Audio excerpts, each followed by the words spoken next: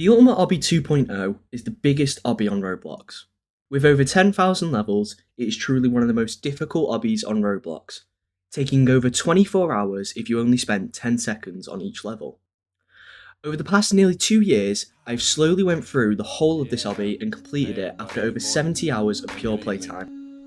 With that being said, I thought I'd make a retrospective on the game, giving my opinions on what it did well, what it could have improved upon, and then my overall opinions on whether I think you should play the game. So without further ado, let's game on it.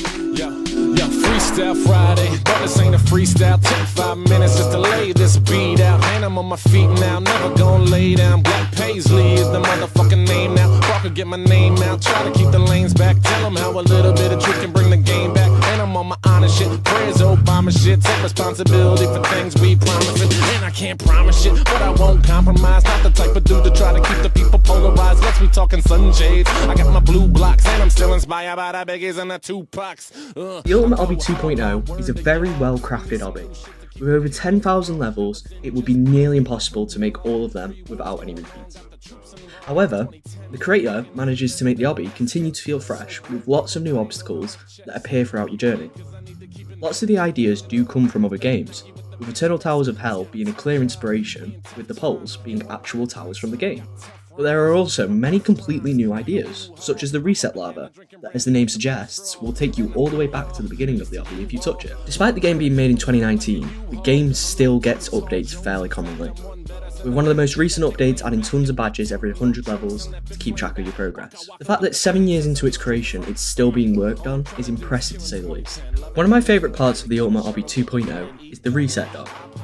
Like the reset parts, it will send you back to the very start if you touch it. However, there is only one reset dog that exists throughout the obby, and the rest of them are completely normal. It really keeps you from zoning out as you progress, as you don't know if a dog you touch will send you back to the beginning.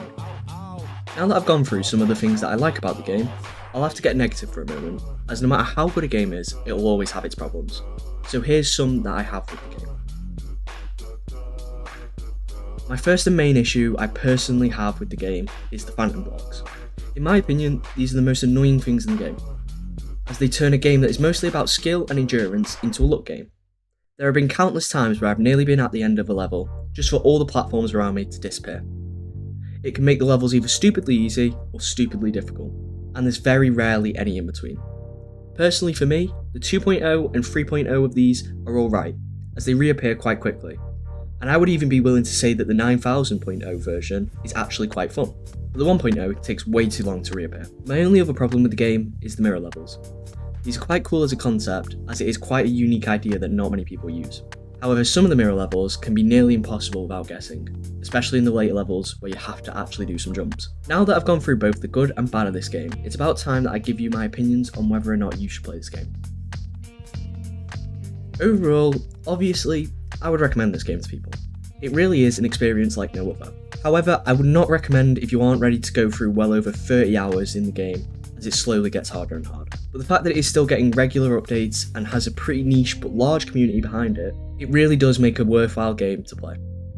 Especially if you want the bragging rights of beating this Goliath of a game. Thanks for sticking around to the end.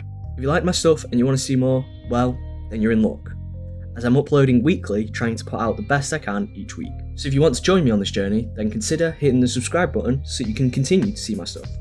And if you really like this video, then maybe give it a like and share it with your friends so that they can see it too. Thanks for watching, and I'll see you next week.